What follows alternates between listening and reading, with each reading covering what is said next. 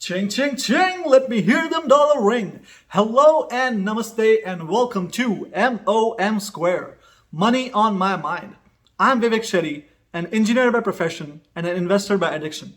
If you and I share the same addiction, we are on the right page. Yes, guys, we are on the right YouTube page. And while you're here, do not forget to hit the subscribe button and click on the bell icon. Guys, today is part 3. Today's video is part 3 of part 5, which could, by the way, turn into a part 6, part 7, depends, okay? So part 3 of the series, if you want to call it that, wherein we're going to talk about the 19 stocks that I've shortlisted, call it cherry-picked among the bunch, to invest $150,000 of my hard-earned money in when the market crash happens. Yes, I do believe there's a market crash coming. I have made a video to rationalize the same. There are multiple technical reasons why I believe the market crash is around the corner.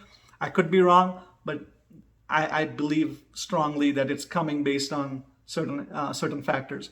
If you want to go check them out and are curious about what they are, I'm going to put a link to it in my description section, and also going to throw a link to part 1 and part 2 of this series in the description section. Go check them out, guys. So in today's video, we're going to cover yet another 3 stocks, okay? We covered 6 stocks so far in between part 1 and part 2, so 3 more stocks today. And I'm going to start with my favorite stock, one of my favorite stocks, NIO, okay?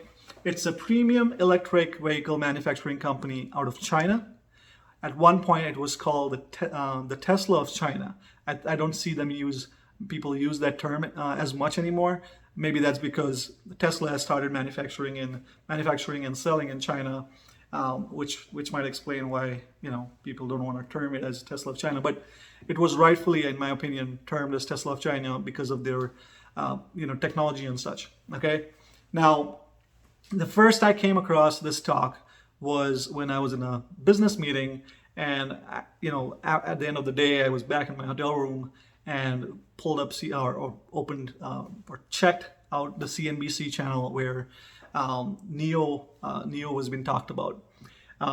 Obviously, there were a couple things talked about the brand which got me excited into the stock, and I started to read more about it. Okay, I did not invest back then because I waited to see how things pan out for him. Okay, so around December of 2017, they started producing their ES8 SUV. Okay, it's a 7-seater SUV that they started producing, and they started selling them by mid 2018 timeframe. Okay, soon after they were cash strapped, and there were legit concerns of them going bankrupt. Okay, however, that is the time I jumped into the stock and even recommended a lot of my friends who, by the way, invested tons of money in the stock. Makes me nervous at times when people take your suggestions and recommendations so seriously, right? It's like, hopefully I'm right. Obviously, I don't usually recommend stocks unless I'm 200% sure and I would put my own money into it. Okay, guys. In fact, I get more risk averse when it comes to recommending or telling people to do certain things with their stocks and their money, okay, than I would be with my own money. Okay. So getting back into NIO. So yeah, I thought they were going to, or not I thought, the market believed that there is a potential risk for bankruptcy with this company. However, there were a couple factors that led me to think it's a good investment, believe rather it is a good investment. One of them was their battery swap technology, because I know there's a lot of perception, there's a lot of suggestions in the market and among people that battery swap technology is not ideal because of the cost that it carries, for the infrastructure, for the company, okay? However, for a company like NIO and the market like China, where there's constraints with space for having charging stations, people sitting out and doing their charging and whatnot, I thought battery swap is going to be a huge thing in China, and it turned out to be, right? And as far as the bankruptcy concern goes, just the culture in China, in terms of the government, sticking by or standing by their big brand names, okay?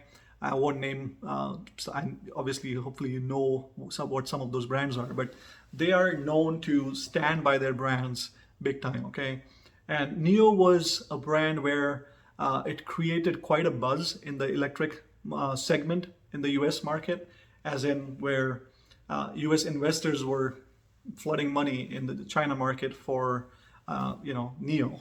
So letting that kind of company fail would, this is how my thought process worked. Okay, it's like they wouldn't let it fail, because if it did fail, people would be more nervous about dumping, becoming investors in the future, Xpeng, for instance, or any other EV company that came along, right? So I believed in the stock and I bought them at $1.50, and I sold them when it went to $6. Okay, because the Chinese government did indeed bail him out in a way, right? It was not a bailout. They paid him like $1 billion with some sort of agreement wherein they were told they would have to put a plant in this particular location and so forth. Okay, so it turned out good for NIO, and the stock jumped to $6. I made a mistake by selling the stock at $6, booking my profits, and waiting for a dip to buy back into. And that never came, guys. That never came. It kept flying. It went as high as, I believe, $65, $66 is the 52-week high for it. It's currently trading at around $45, okay? I plan on putting in around $10,000 in this stock at a 50, 25, 25 split, okay? You'll see it on the screen what the split is gonna be. Now, my target price is much lower than what it's trading at today. But again, we are talking about a scenario where there's a market crash, and the target price is significantly lower. Okay, but that's because I believe that it is currently trading at a high valuation. Okay, it's trading at around $73 billion of a valuation. So I believe this market crash is gonna draw all the high valuation stocks down big time. Okay, so that's my reason. Now, I think I covered the reason why I'm buying NIO, obviously, is because of their technology with battery swap. In fact, they have fast charging options. They got battery mobile, wherein literally the vehicle will come to you to charge your vehicle. Okay, that kind of stuff I've only seen in like luxury videos, vlogs out of Dubai, where literally the charging or the gas station will come to you, not gas station literally, but a vehicle will come to you to refill your gas or whatever. So that's in true sense luxury, right? In China as well. In fact, even their, what do they call it? They call it their, what's the word for it? The power home. Yeah, the power home. Basically, where they literally have, it's like it's not dealership, but it's like a lounge area. Basically, it gives you the luxury premium feel of owning NIO. So you build that, going after that brand loyalty, right? Wherein you feel special about owning a NIO. Okay. Again, the future prospect for them or growth opportunities is going to be entering the North America market, which will open the revenue stream for them in the North American market as well. The company is not profitable yet. However, as soon as they record their first profitable quarter or whatever it is, if you remember from the Tesla days, when Tesla hit their first profit quarter, the stock jumped significantly, and that's where I see that action happening as well, right? They do have around $47 billion in cash. That, along with the backing from the Chinese government, I don't think this company is going to struggle in terms of capital itself. Now, the question is going to be, what are they going to do with that capital to grow rapidly, right? And that's where, manufacturing plants, bringing their, manufacturing and sales in the US market, those kind of good things are going to happen with the stock, okay? The next stock, guys, I'm going to talk about is XL Fleet, okay? Yet another EV stock. However, this is slightly different. This is not an electric vehicle manufacturing company. They're basically the leading provider of vehicle electrification. Basically, they provide electrification solution for the commercial fleet market. Okay, now here's why I like it. Okay, we know there are many new players and old players that are going to be in this EV game. Okay, like big names like GM and Ford and Tesla, the new guys like Lucid, Rivian, what other names? Fisker. I'm not a Fisker guy, Fisker fan. But yeah, there are so many new names out there in the EV market, with all coming in with the mindset of, okay, we're gonna manufacture new vehicles, okay, all electric vehicles. Manufacturer or contract manufacturer, however their business strategy is. Okay, anything with contract manufacturing, I'm staying away from, for the most part. Okay, so yeah, basically with Excel Fleet, they're taking a slightly different approach, and wherein they are taking your existing Okay, so let's say there is a bunch of players coming in with new electric cars. It's not like people are going to quickly stop using their current cars and start buying, the new electric vehicles, right? What this is going to do is it's going to slow down how quickly the world adopts to electrification. Okay, to overcome that, I feel like somebody like Excel Fleet, who's going in and converting your existing vehicles into either hybrid or all electric option, that's a niche in my opinion, and a huge market segment that not many big names are currently going after, like existing big names, right? So I feel like Excel has that first advantage, or what's the word for it? It's not coming to me right now, but basically they're going to have that advantage of being one of the first players in the game, right? They have around like 4,000. What was the number? Yeah, 4,000 plus systems already deployed. It's a low budget way to do it. Okay, they got Excel Hybrid, they got the Excel plugin hybrid, and all electric, and they're also entering into charging solutions. I think they just did an acquisition with World Energy Efficiency Corp. Basically, it gives them exposure to the charging grid infrastructure. Okay, now this charging grid infrastructure is going to be limited to their current fleet conversion vehicles. Okay, so basically they're not just simply converting your current vehicles into hybrid or all electric, but they're also giving you access to the infrastructure for charging those vehicles. Okay, so great in my opinion in that sense.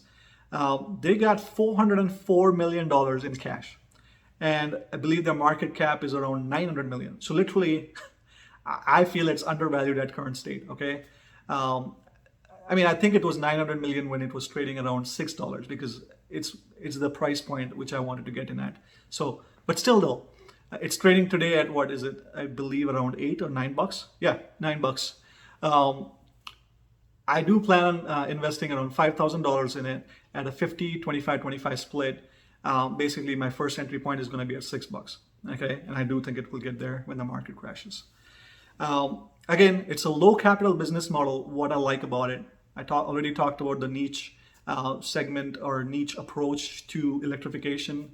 That's the reasons, and then they do market that they have provided 50% efficiency improvements, okay, while reducing the emission by 30%. Okay, those are some good stats, good enough for big fleets to make the change slowly towards hybrid and all electric vehicles. Okay, so I'm high on this stock because of that reason, obviously. And I also mentioned about the $404 million that they have in cash, which means that they have chances and opportunities to use that cash towards making some good business decisions, right? One of them was that World Energy Efficiency Corp acquisition. Okay, the last talk we're going to talk about. The last talk we're going to talk about, almost was a tongue twister there, is GOEV. Okay, this is the company called Canoo. The ticker symbol is GOEV. It's a Los Angeles-based electric vehicle company. Once again, it has. I'm not super hyped on this stock. At the same time, I'm not like, oh, I'm not gonna buy into this stock. I'm like, in the middle there. And the reason is because this particular company has a platform-based approach to their vehicles. Literally, they got a skateboard kind of structure wherein there's the battery, your battery pack, your electric motor, your steering, your wheels. basically, everything but your superstructure, or what it's a technical word, but superstructure is, your car body on top of it, okay? So they got this battery structurally integrated into their skateboard or skeleton. What that does is they can use the same skateboard, okay? They have some options to add length to it and whatnot, and they can make multiple different models out of it, okay? Right now they got their Canoo, what is it called? Premium or luxury? I forget, what is it called? Let me look it up quickly. Basically they got their multi-purpose vehicle, which will be using the same same skateboard model. They'll be doing the Canoo lifestyle vehicle, and both these, and the pickup truck, by the way, and all of these will have multiple different options. One is for luxury living, their lifestyle vehicle is pretty neat. It's like they have a lounge setting. So within this, within this new way of making vehicles with one skateboard or skeleton, they are also adding a lot of twist in terms of your conventional driving habits, right? You don't have the 3-seater in the back. It's more like a lounge setup. I think there's a good market for it. And their membership program is what I believe is going to be, picking up quite well in cities, right? So basically, as a part of your membership, you'll be paying for it will be paying for your insurance, your maintenance cost, your what else? Like free charging and whatnot. So you'll have one bill that will cover all your costs that associated with owning a vehicle. Okay, no need to deal with depreciation and whatnot. Okay, and I do feel like there is a market for it. It's not everybody. Like, I wouldn't buy it in a membership plan, but I would buy Canoo, like their multi-purpose delivery truck. Their price is literally at $33,000, guys. You can use it for like a food truck, or you could use that as a mobile home. There's so many things that you can do with these vehicles. So I believe the flexibility of or the usage of these various vehicles they have out there is going to provide a good market share for them, and cater this niche audience, right? In fact, I saw their video about food trucks, and really if you think about it, there's no company that makes special dedicated, like big brand, okay, that makes dedicated vehicles for the food truck business, okay, which is a quite big business segment by itself. And having a truck starting at a starting price of $33,000 is crazy. Obviously the add-ons and stuff is going to add up to the cost, but I do feel that's a huge advantage. Go check out their videos, okay, guys, about what they're doing with the food truck and whatnot. I was quite hyped about that. So anyways, those are the 3 stock, guys. NIO, we got the GOEV and the Excel fleet. Hopefully you liked the video, and if you did, please do not forget to hit the subscribe button and click the bell icon, okay? If you have any questions whatsoever about these 3 stocks, please leave it in the comment section. If there are any recommendations and you want me to add that 20th stock to my portfolio, please leave it in the comment section as well.